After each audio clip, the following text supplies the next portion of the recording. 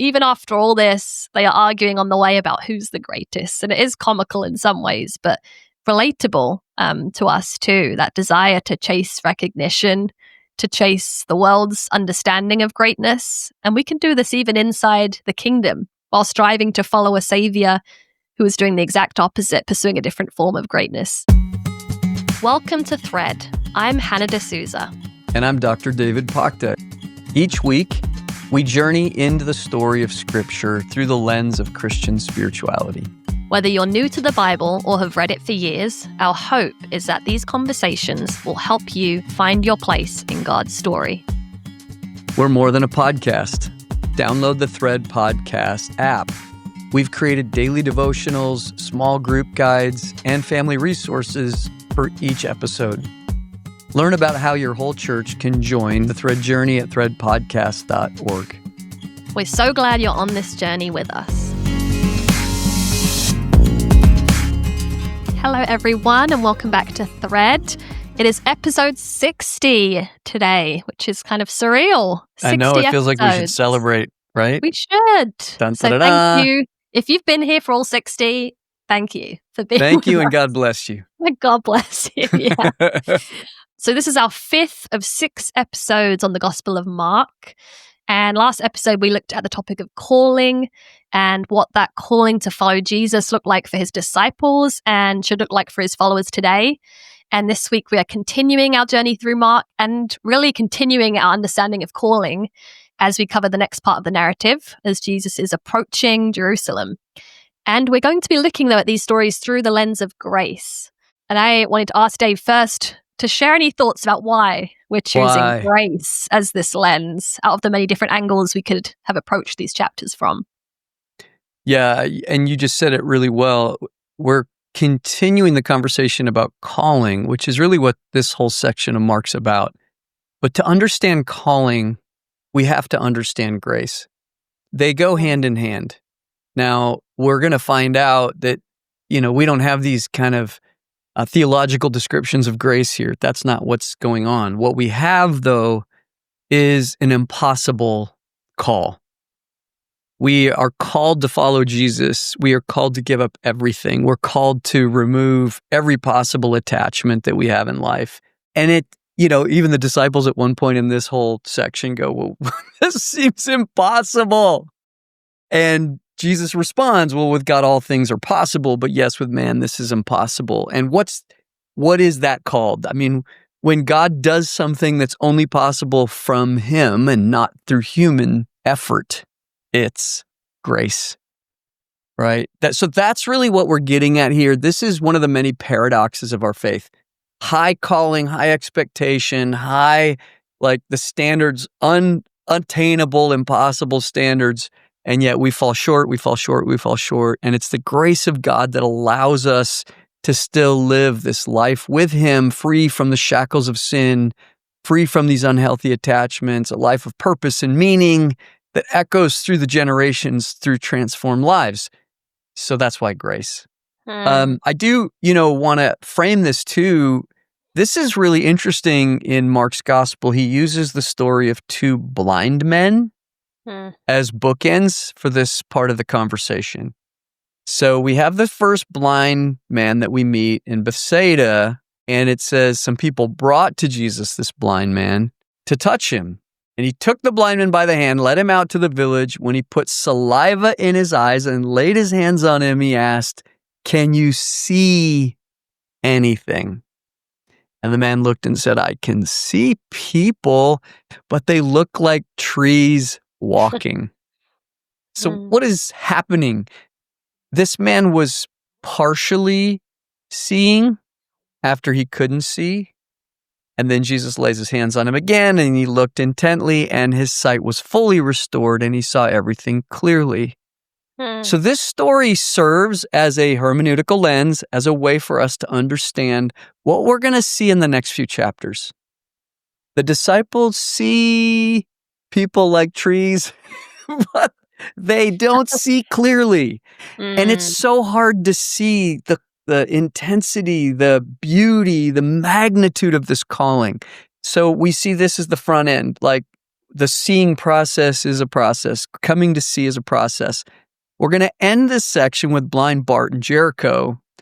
And in the middle of this, what we're going to see is these three callings to Jesus saying, I'm going to lose everything. I'm going to be killed and you're going to have to follow me. And we're going to see this kind of repetitive calling and this repetitive eye-opening. So anyway, that's what we're doing today, Hannah. Well, thank you for that framing. And I appreciate, this tension that exists within calling, that really high standard along with the grace that catches us when we miss it. And maybe as you're listening today, you have those moments where you feel like you're not measuring up. Maybe you're not smart enough, not disciplined enough, not spiritual enough. I think many of us wrestle with those feelings even years into following Jesus. You may, if you're on YouTube, you'll see I'm in a different location. Again, I'm actually in my hometown of Birmingham, England right now. My sister lives here. And I hadn't been back in a while, and I saw people on Sunday.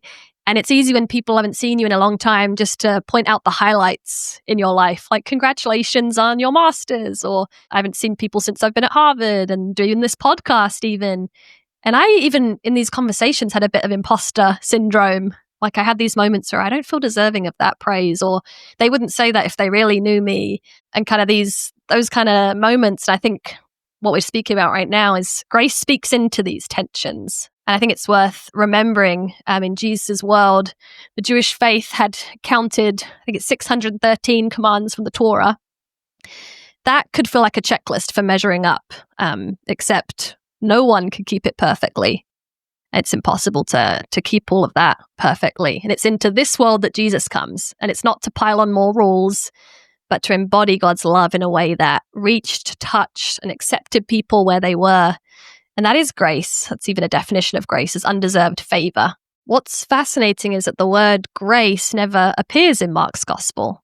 And yet grace saturates every page. And we see it in Jesus' patience with his disciples. We'll see this again and again, even in today's episode, in his healings, in his teachings, and even in his confrontations. And we'll dive into some of that now. And our first point is kind of grace is redefining Messiahship, which has been a theme in these episodes we've been looking at. We finished last week, episode 59, with this turning point at Caesarea Philippi, where Jesus asks his disciples, "Who do you say that I am?" And Peter declares, "You're the Messiah." And we see this breakthrough. And then right after this, we see Jesus build on what this being a Messiah means. And maybe, Dave, you can read that. This is Mark 8:31. Yes, and this is the first of these three times that Jesus shares, this same thing as they're coming to understand it. But he says he began to teach them that the Son of Man must undergo great suffering and be rejected by the elders, the chief priests, the scribes, and killed after 3 days, and will arise again. He said all this quite openly.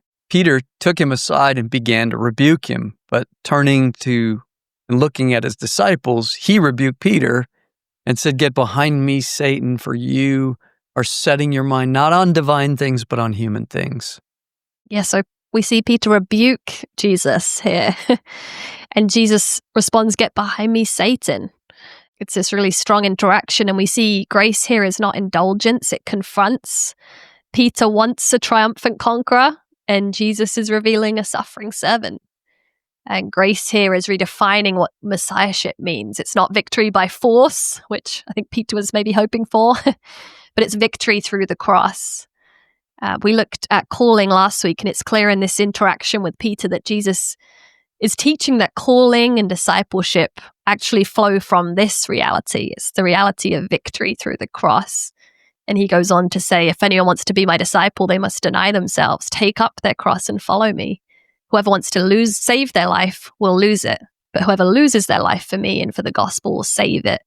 What good is it for someone to gain the whole world, yet forfeit their soul?" So grace is calling us into this new kind of life. It's not self-promotion, but self-giving. This verse has always meant a lot to me. I've shared with you guys on the podcast, but I committed to following Jesus just before I turned 16, was baptized. And the following year, I was deciding where to go to university. And I just got into Oxford, which was my dream school. And my teachers have poured a lot into me with these entrance exams to get in. But at the same time as I got this offer, I was wrestling with whether it would be the best choice for me spiritually to move so far away from the Christian community I'd just been baptized into, to go to a college where I didn't know anyone, where the church was far away. And I was deciding, should I give up this place and go to a university in London, which would most likely be a better choice for me as someone young in my faith. And it was close to the church and I had peers there. And interestingly, I'd have these dialogues with a teacher in my school, and she also professed Christianity as her faith. And she would write a report for every student at the end of the year. And in her report, she included this scripture randomly at the end of the report, where it says, whoever wants to save their life will lose it. Whoever loses their life for me will save it. What good is it for someone to gain the whole world and yet forfeit their soul? And that's how she ended her report, like a mic drop. Wow. But I think I carried that verse with me. It kind of sat with me and worked in me. And I ultimately decided to turn down my dream school and to make what I felt at that time was a better spiritual choice. But I think I share that because I think that was the first time as a young Christian that I had this sense of losing your life to save it, or this kind of upside down nature of kingdom living that we're looking at Jesus calling his disciples to. That is one of the hardest things to really get your head around with what it really means to follow Jesus. As you say, the upside down kingdom concept, not being called to this triumphal, victorious way of living, but the life of a servant. In other words, not to win, but to lose. And it's so hard. It's so hard. It's hard when we start. It's hard when we continue. It's hard when we've been doing it for 3 decades. It's just hard to constantly remember that. And I think where grace becomes so critical here is God's patience with us in our limited ability to understand this undeserved nature of the calling, which is greater.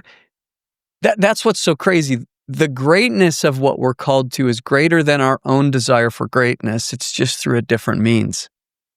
I mean, who would argue that Jesus wasn't the most triumphal person in the world's history? He resurrected from the dead and has drawn more followers than. But the path to that greatness was completely backwards from our understanding of greatness. And that's what's so hard for us to grasp.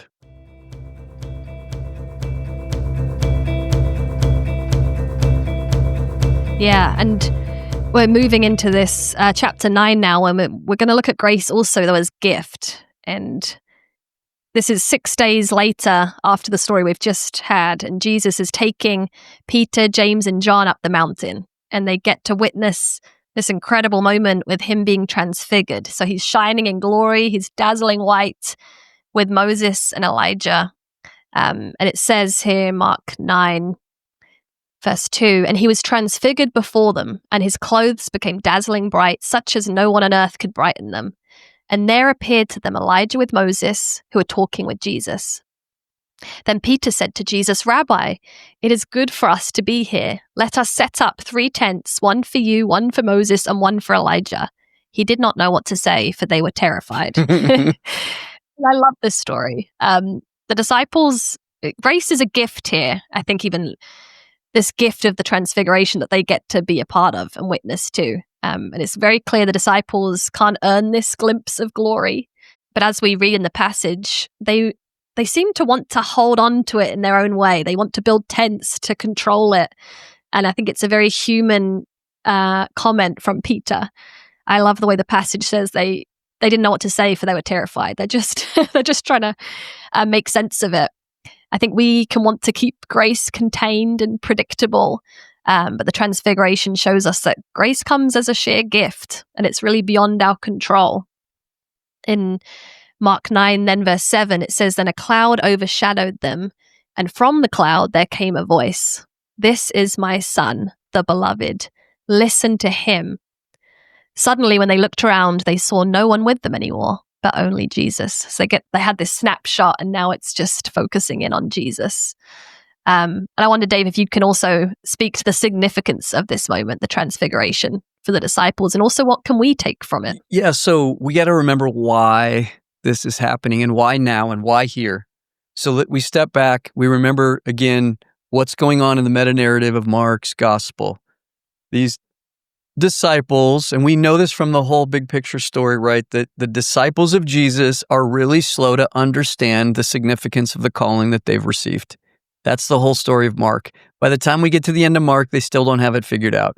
There's still the blind men seeing people as trees. Okay? So this is all part of the grace of God in his patience to reach us and help us understand.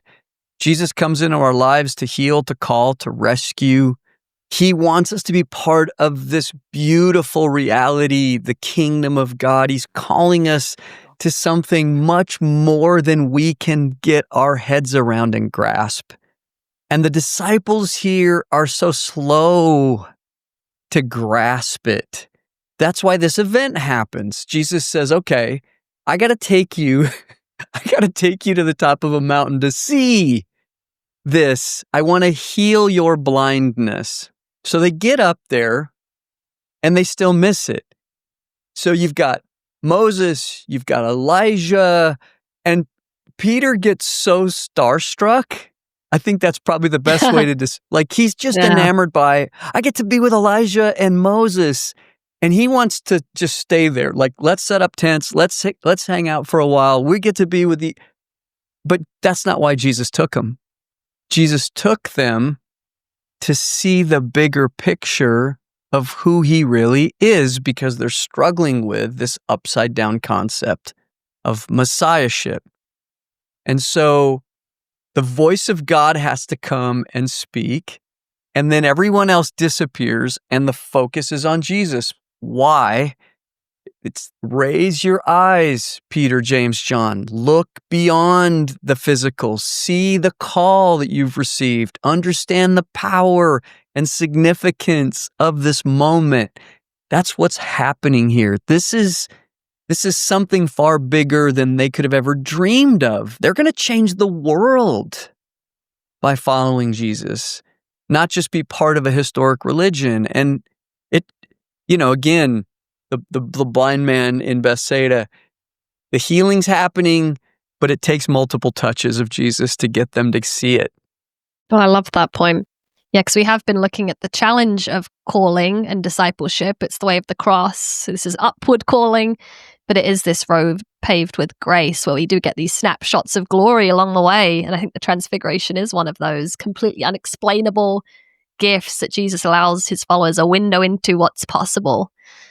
We're also going into now in verse 14, this idea of grace for the weak. It's what we're calling it, because as Dave's been saying, I think they're grappling with how to wrap their minds around following Jesus. And there's a lot of weakness in that as they try to make sense of it.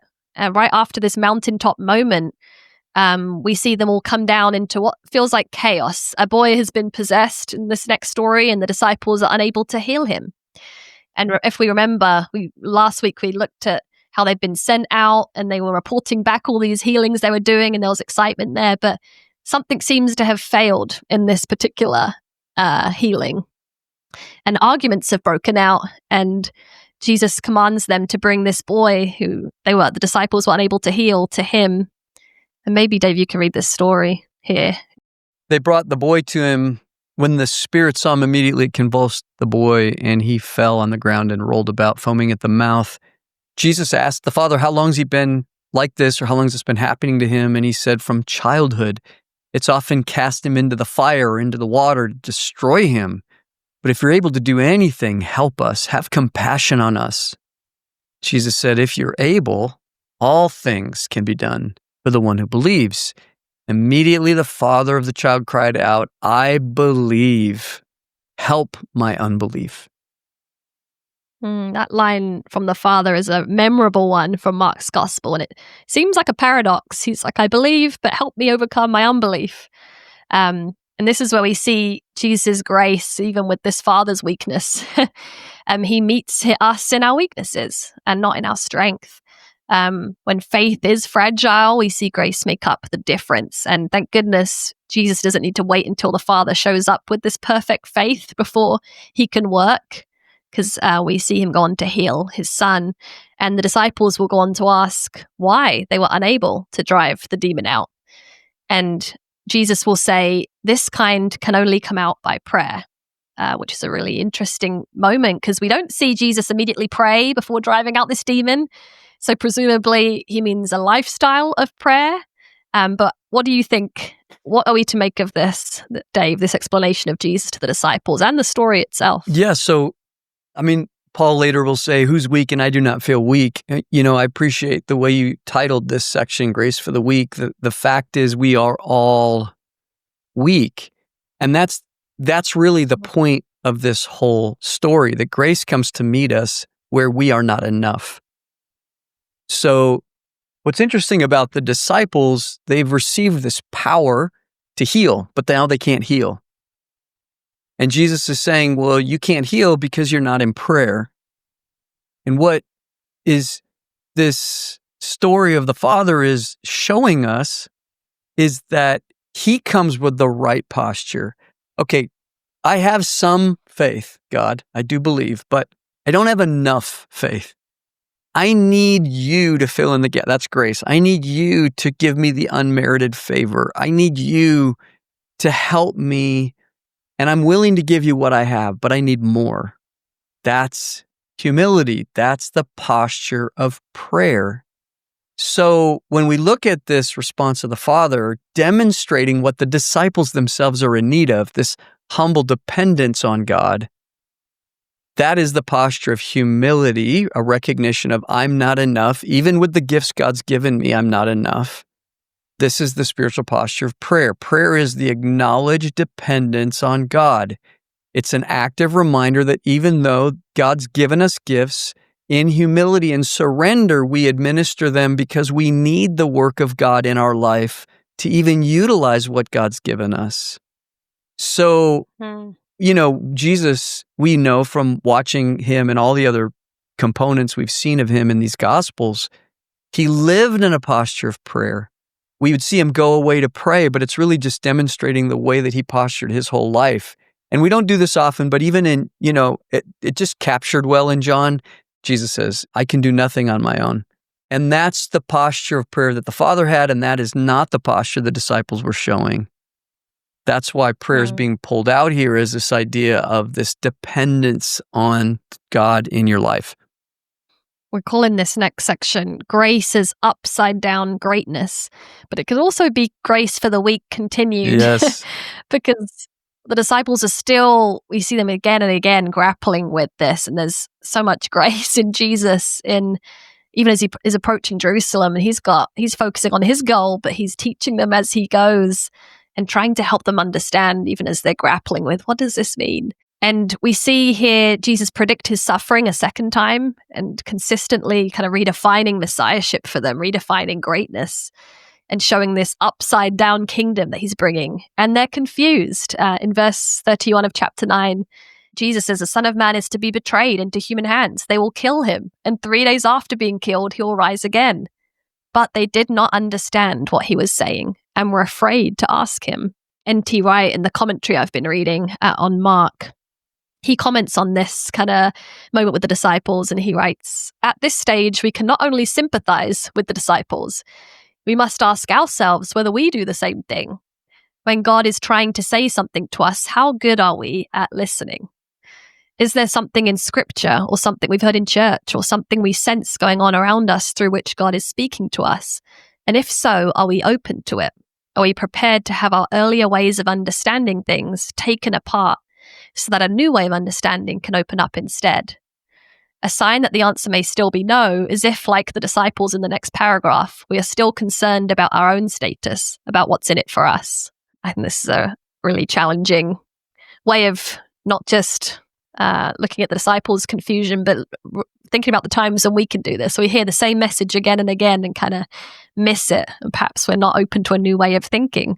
And we constantly see, as Dave's been saying, this new way of seeing that he's trying to give his disciples. In Mark 9, do you have any comments on that? Dave, well, before we jump in. I mean, that is what you just said in that quote. Are we prepared to have our earlier ways of understanding things taken away or taken apart so that a new way of understanding can come? And I just, to draw attention to what you just said there, Hannah, I think there's an emptying that has to happen before a filling. And that's the nature of this whole thing, is that the process these disciples are going through, they had this preconceived idea and they had to let it go, let it go, let it go, let it go, let it go to be filled with this new understanding. And that's a hard process for all of us. Oh, definitely. Yeah, that continual call to dependence, as you said earlier. And it's funny here that right after this, in verse 33, it says they came to Capernaum, and when he was in the house, he asked them, "What were you arguing about on the way?" But they were silent, for on the way they had argued with one another who was the greatest. I love that Mark he's not filtering the disciples at all. He's very honest. No filter with Mark. Even after all this, they are arguing on the way about who's the greatest. And it is comical in some ways, but relatable to us too. That desire to chase recognition, to chase the world's understanding of greatness. And we can do this even inside the kingdom while striving to follow a savior who is doing the exact opposite, pursuing a different form of greatness. But we see, again, Jesus' grace and his immense patience with the disciples as they're trying to grasp these lessons. And here he chooses to respond to them by placing a child in their midst and giving a very tangible illustration that greatness is receiving the vulnerable, being last, serving all. And of course, we'll see him reiterate this message again in chapter 10 when he welcomes the little children and blesses them even after the disciples try to stop him. But it says in Mark 9:35, he sat down, called the 12 and said to them, "Whoever wants to be first must be last of all and servant of all." Then he took a little child and put it among them, and taking it in his arms, he said to them, "Whoever welcomes one such child in my name welcomes me. And whoever welcomes me welcomes not me, but the one who sent me." So here again, Jesus just turns things on their head for the disciples with this illustration. We bring the church to everyone, every day.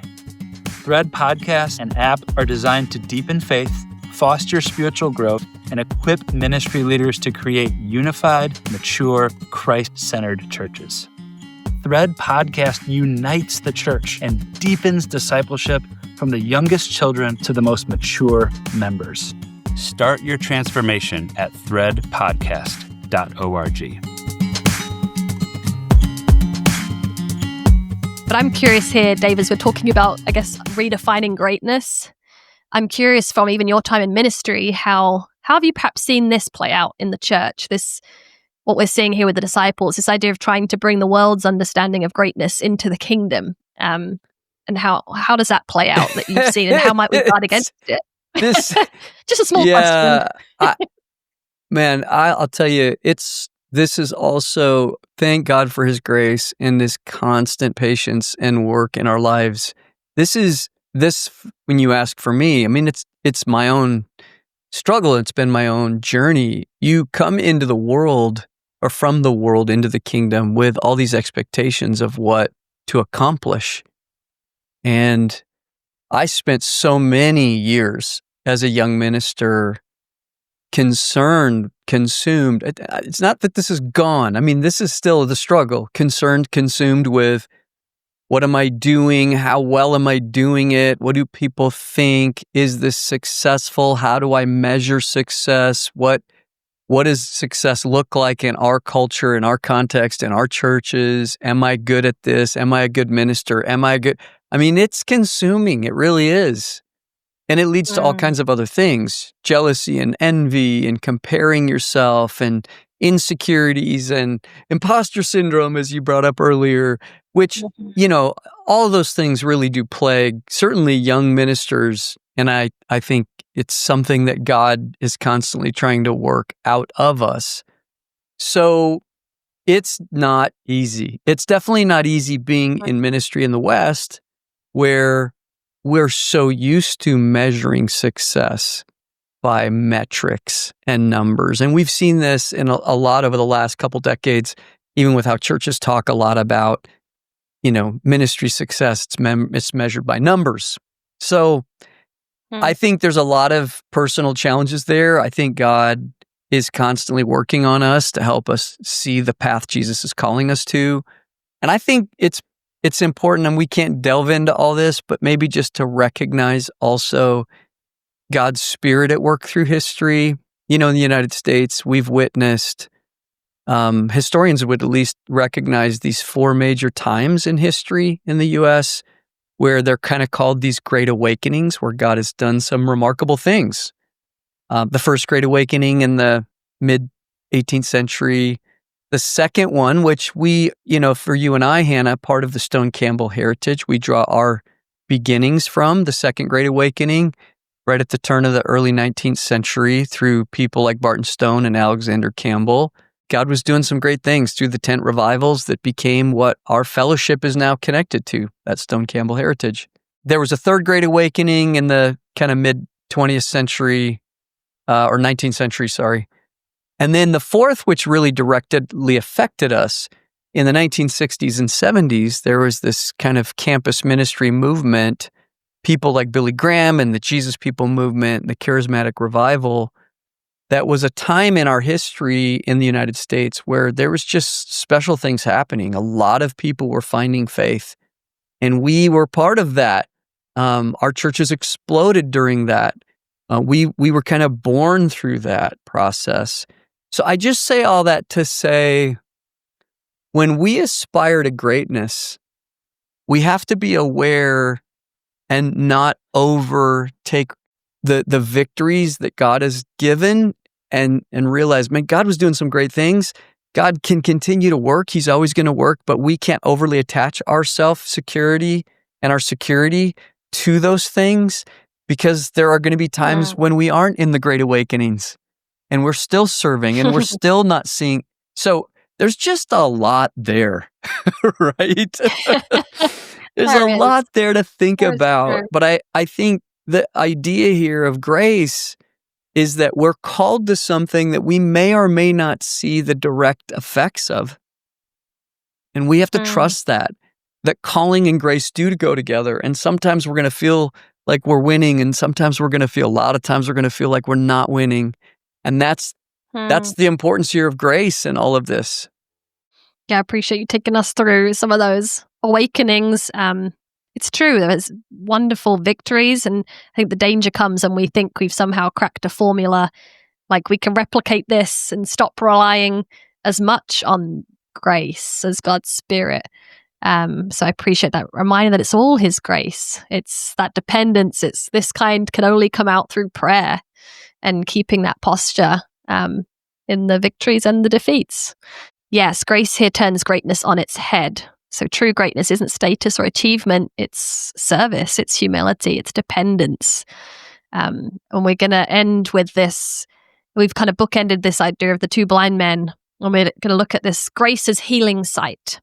Because at the end of chapter 10, right before we see Jesus' entrance into Jerusalem, we have the story of Bartimaeus. I like that you call him Bart. Yeah, blind Bart. Beginning.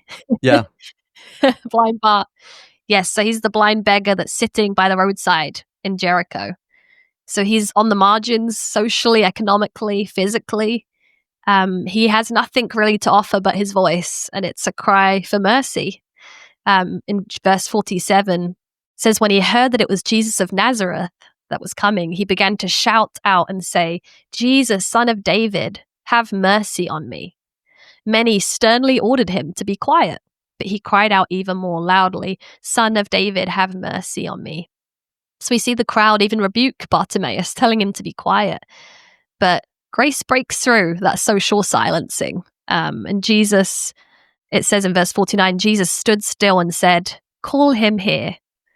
And they called the blind man, saying to him, take heart, get up, he is calling you. So we see the Son of God pause his journey to Jerusalem for this man, crying out from the margins. And suddenly the whole crowd shifts, and those who were initially silencing him now encourage him. So grace not only lifts Bartimaeus, but also reshapes the community around him. And it says in verse 52, so throwing off his cloak, he sprang up and came to Jesus. Then Jesus said to him, what do you want me to do for you? The blind man said to him, my teacher, let me see again. Jesus said to him, go, your faith has made you well. And immediately he regained his sight and followed him on his way. So we see Bartimaeus here throw off his cloak. That might be seen as kind of his one possession. It's his safety net in many ways. We saw in the story with the rich man, which we didn't talk about here, but if you remember the story, he couldn't let go of the thing that Jesus asked him to let go of.